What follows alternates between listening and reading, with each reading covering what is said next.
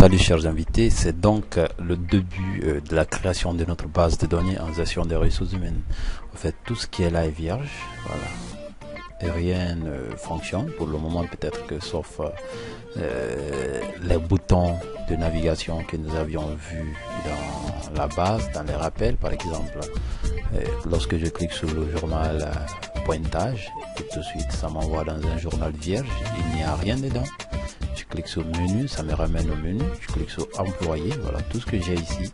En fait, j'ai eu à mettre les noms de quelques employés là, leur numéro matricule, le poste, le numéro de téléphone, le quartier, la date de recrutement, le taux horaire, la date de naissance, ainsi de suite. Donc, il y a des renseignements comme ça qui sont carrément vides. Et donc, nous allons mettre des formules dedans pour rendre notre base fonctionnelle. Voilà. Alors je peux cliquer sur menu, voilà, et sur le bulletin. Quand je clique, vous allez trouver que là j'ai préparé un bulletin qui est carrément vierge. Il n'y a rien dedans, donc nous allons essayer de voir comment utiliser donc les formules en Excel et les mises en forme pour pouvoir programmer un bulletin de paye pour tout le monde et pour beaucoup de mois, voilà, sur plusieurs années. Alors je clique sur menu. Alors donc le premier travail ici, nous allons essayer de remplir carrément les renseignements sur notre société. En fait, tous les documents qui seront élaborés dans cette base de données seront personnalisés à travers les renseignements que nous allons porter ici. À commencer par exemple par le nom de notre société. Par exemple, moi je vais mettre ici PIFA comme étant le nom de notre société, c'est-à-dire pôle informatique,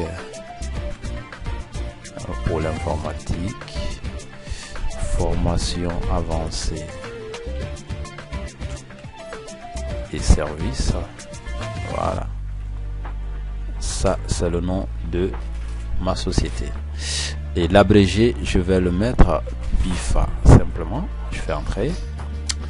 Déjà l'adresse de la société, en fait, je peux préciser carrément le quartier. Donc, je vais mettre par exemple que c'est là, c'est Conakry. On est à Conakry, Baratoma. Voilà. Symphonia. Ça dépend. Voilà. Symphonia. Et le mail, donc je peux mettre le mail de ma société, donc IFA Guinée @gmail.com. Je peux mettre le site www.pifaguinée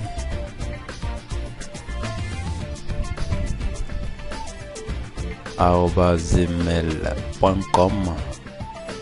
Voilà. Donc juste tout ce qui est là, c'est à saisir. Alors je peux mettre maintenant les numéros de téléphone. Donc je fais ça.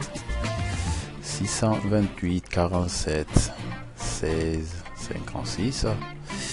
Je mets slash espace 657 73 98 02. Voilà. Alors ce sont les contacts. Voilà, super nickel. Alors ici le nom du gestionnaire des ressources humaines. Donc vous pouvez à tout moment mettre un nom. Voilà. Moi par exemple je vais insérer Jean-Pierre Tonneau en tant que responsable. Alors un peu en bas vous allez trouver que là voilà, tout le reste a été saisi, hein, bien sûr. Tout ce qui est là ça a été saisi. Même les titres ont été saisis simplement. Il n'y a aucune formule pour le moment. Donc vous allez trouver donc là j'ai essayé de mettre en avant quelques montants comme le prime de risque que j'ai essayé de mettre. Si ça trouve réellement que votre société n'a pas de prime de risque, donc vous n'êtes pas obligé de le mettre. Vous pouvez mettre 0, un petit 0 ici. Et si vous trouvez que le montant dont vous utilisez là-bas comme prime de risque est différent de ce qui est là, il suffit simplement de modifier. Alors tous ces primes ont été un peu voilà saisi. Donc vous allez voir à droite la durée de travail par jour. En fait là j'ai supposé que dans l'entreprise le travail se fait sur 9 heures, voilà, 9 heures par jour. Donc si je veux, je peux réduire à 8 heures, hein, ça dépend. Donc je vais prendre 8 heures par jour, donc c'est 8 heures de travail. Donc le prime de logement, le prime de transport, voilà, tout est décortiqué ici. Alors juste un peu en bas, on va trouver les paramètres. En fait, les paramètres, moi j'ai appelé T parce que là on aura besoin de ces abrégés pour pointer dans le journal de contrôle. Voilà. C'est-à-dire T, ça veut dire que la personne est venue travailler. Et quand on coche T, on doit préciser de quelle heure à quelle heure qu'il est venu travailler. M, c'est maladie. AV, c'est absence volontaire. AI, c'est absence involontaire. Et C, c'est congé. V, vacances. Et F, c'est la formation. Donc, nous allons gérer tout ceci. Et tout ce qui est là, ça a été saisi. Mais tout simplement, nous allons utiliser donc c'est saisi dans nos formulaires, dans nos formules. Et voilà, ça va aller de façon super nickel. Donc, juste en bas, c'est pour le verrouillage. Il y a un nom d'utilisateur que j'ai essayé de mettre ici par défaut. Et un mot de passe 1, 2, 3. Donc, vous aviez la possibilité à tout moment de changer et de choisir ce que vous voulez. Donc, c'est tout ce qu'on doit faire pour remplir donc cette partie. Voilà, c'est fini. Et bien donc, le deuxième travail que nous allons faire, c'est le travail avec le tableau des employés. Donc, je clique sur le tableau des employés. C'est comme je vous ai présenté tout à l'heure, il y a tous les renseignements sur des employés ici. Voilà. Bien, mais maintenant, nous allons essayer de remplir les colonnes vides. Première colonne, âge. On veut savoir l'âge de l'employé. Voilà, parce que souvent, il est bien de le savoir, parce que il y a de ces entreprises qui ont des limites d'âge pour faire travailler les gens dans l'entreprise. Voilà. Alors, si quelqu'un est vraiment trop vieux maintenant, on n'a pas besoin de lui. Et là, pour savoir cela, il suffit de simplement calculer parce qu'on a la date de naissance. Donc, il suffit simplement de faire un tout petit calcul ici. Donc, on met égal en ce moment, on ouvre la parenthèse. Voilà. Donc, on a vu déjà une formule qui nous permet de calculer la date automatique du jour. Voilà.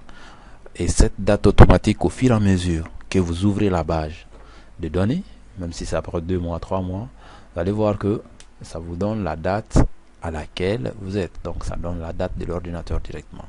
Et c'est ce qui va permettre de calculer l'âge de la personne en fonction de l'évolution du temps. Donc, je mets aujourd'hui, je ferme la parenthèse, moins, c'est-à-dire la date d'aujourd'hui, moins la date de sa date de naissance. Je ferme la parenthèse divisé par 360 simplement. 360. Et je fais entrer tout de suite. Vous allez voir que l'âge de tous les employés est calculé. Voilà. Et, vu que le tableau déjà est dynamique, donc le calcul se fait automatiquement. Bien, l'ancienneté, voilà, l'ancienneté est très important parce que c'est en fonction de l'ancienneté que le prime d'ancienneté est souvent calculé dans les entreprises. Et c'est là, il faut savoir, il faut déterminer la date de recrutement, avoir la date de recrutement de l'employé pour pouvoir déterminer donc sa durée au sein de l'entreprise.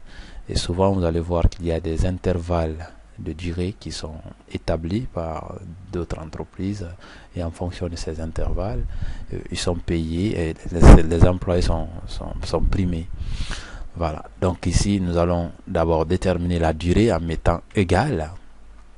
Donc la durée c'est toujours la date, on ouvre la parenthèse, c'est toujours la date d'aujourd'hui, donc je mets aujourd'hui, ferme la parenthèse, moins la date de recrutement qui est là.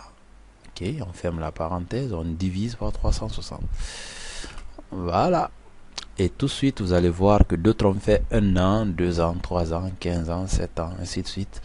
Et voilà, donc, si on a besoin de calculer de façon, pas de façon vraiment dite, mais nous allons faire la simulation de calcul en tenant compte des intervalles. Nous allons dire par exemple que toute personne qui a une durée d'ancienneté, par exemple, comprise entre 0 à 2, voilà, donc on va faire une petite formule, condition, on va dire si, alors